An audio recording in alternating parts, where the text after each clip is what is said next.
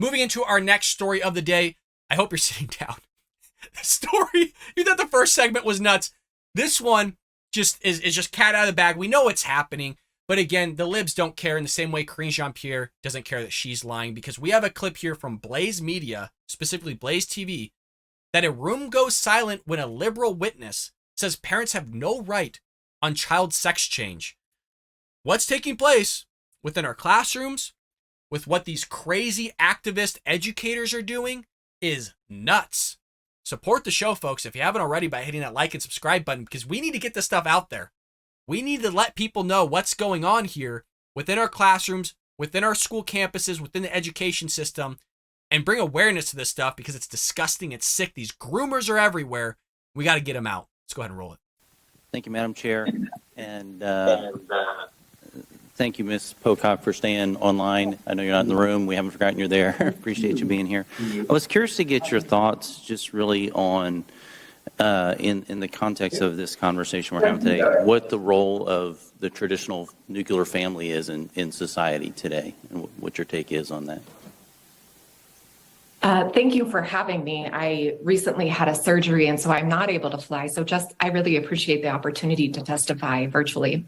What I can tell you is that research shows that young people who are connected with trusted adults, whether it be parents, in fact, just one trusted adult reduces the risk of suicide by 5 times.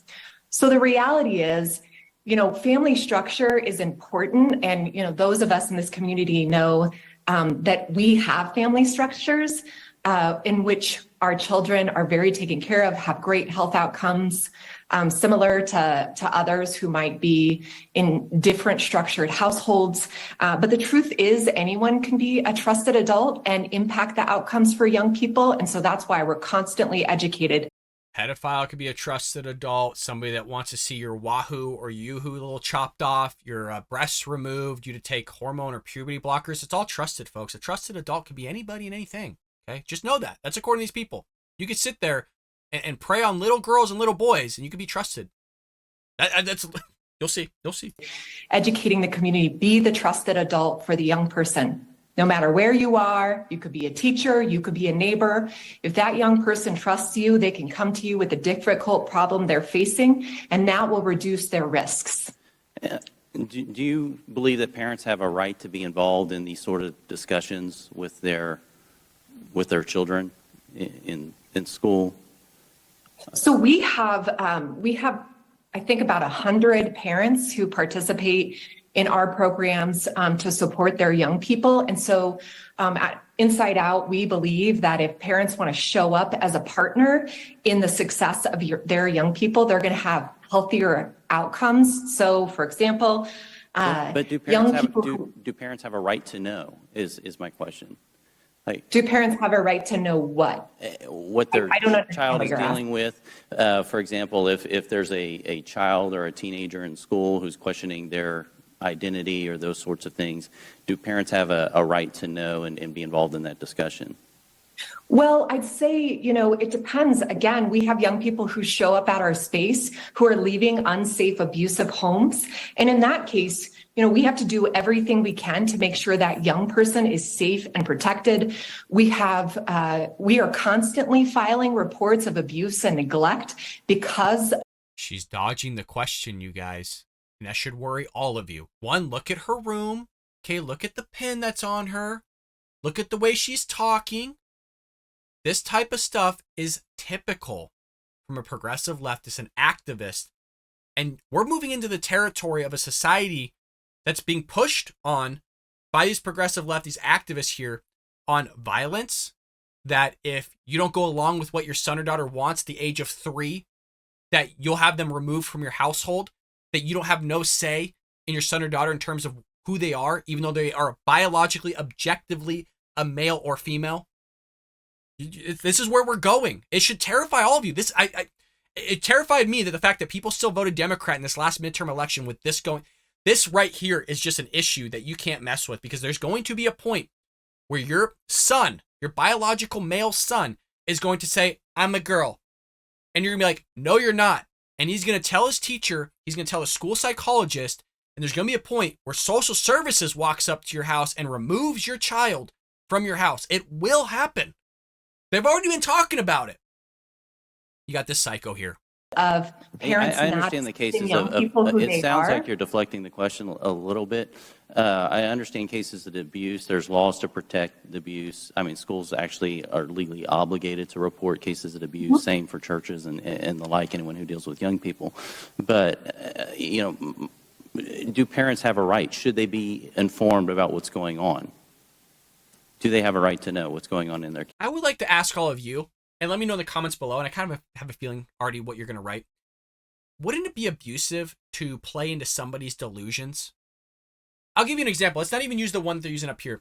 Let's say a student was talking to somebody that wasn't there. They saw somebody, this person to them was there. You're sitting there, they're having a conversation right in front of you with just nothing, just air.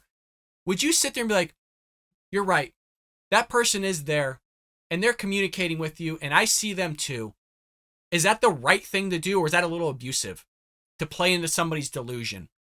These are people that haven't had their brains fully developed yet. They can't actually comprehend certain things yet because of the development of the brain, and you're going to play into these types of things? That sounds a little abusive to me. Sounds a little wrong, little weird, but that's what they want. Kids' lives. So I think, again, those of us who are protecting and supporting young people are there and trusted with the information of the things that they are dealing with. In terms of parents' rights to know at schools, I mean, here in Colorado, parents don't have the right. If a young person is questioning their gender or their sexuality, there are laws in place that say that they have the right to process that with their trusted counselor and so forth. You just heard it. Parents do not have the right. Your child wants a sex change, you don't have a right. You have no say in your child's life now. If that doesn't scare you, I don't know what will, other than the fact of it really happening. And we see this time and time again from Democrats going, oh, it actually happened. And we've been sitting here for years going, yes, it's going to happen. Similar with illegal immigration, like, you're going to have a massive problem on your hands if you keep doing what you're doing. Massive problem. They're going, oh my God, I don't know what to do. What's happening here? Why are you busing all these people? The same way, there's going to be a time where Democrats themselves are going to have their children removed. And they go, what happened? Oh my God, I didn't think this was going to happen. We're all going, yeah, we've been saying it for years. Now they're talking about it here and it's already happening, which I said it was already happening. Significant amount of your work with kids, even starting at age 13. Yeah. What would be the age of consent then in your mind? In our community, the age of consent to mental health therapy is 12 years old. So we have laws that enable young people to connect with trusted adults who can support them. That is just so important. It prevents suicide. And so we serve young people at 13 because we know they come to us and we can prevent negative health outcomes for them. Okay. Lately, we've seen a lot of people in the news coming out detransitioning. Could you speak to that phenomenon and what's that person going through? Did they get it wrong? Were they going through a period? Is it just a fluid thing? I mean, could you speak to that? Well, I can't really speak to an individual's personal experience. I mean, somebody's gender is just a really personal experience, but I can speak to you. Somebody's gender is a personal experience? What does that even mean? I am a male. It's not that personal. You can all see it. What the hell is she talking about? Let me know in the comments below. I've been in this work for a long time. I know a lot of trans folks, close friends, family members, and I just never heard a case of anyone detransitioning. So I honestly don't. I've never heard of let's just back up. I've been doing this for a long time. I know a lot of trans people. I'm really involved. I've just personally never heard of somebody detransitioning. Again, a guy in a closet here, an average Joe that doesn't do this as a living in the sense of I'm not a CEO of some activist company or whatever it may be that's involved in all this stuff. I am an educator, so I do see some sort of this stuff. But I even know of cases, there's been people literally out there doing whole lectures as well as speaking engagements talking about their detransitioning.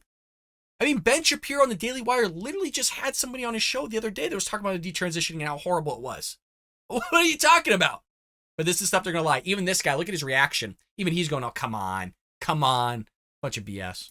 Think it's a real. There's a number of cases in the news right now where this is happening, and the concern for parents have is, we've all had awkward teen years where we've questioned things in existence and a lot of things, and the question is kids who are maybe making a permanent decision even without the input of their parents.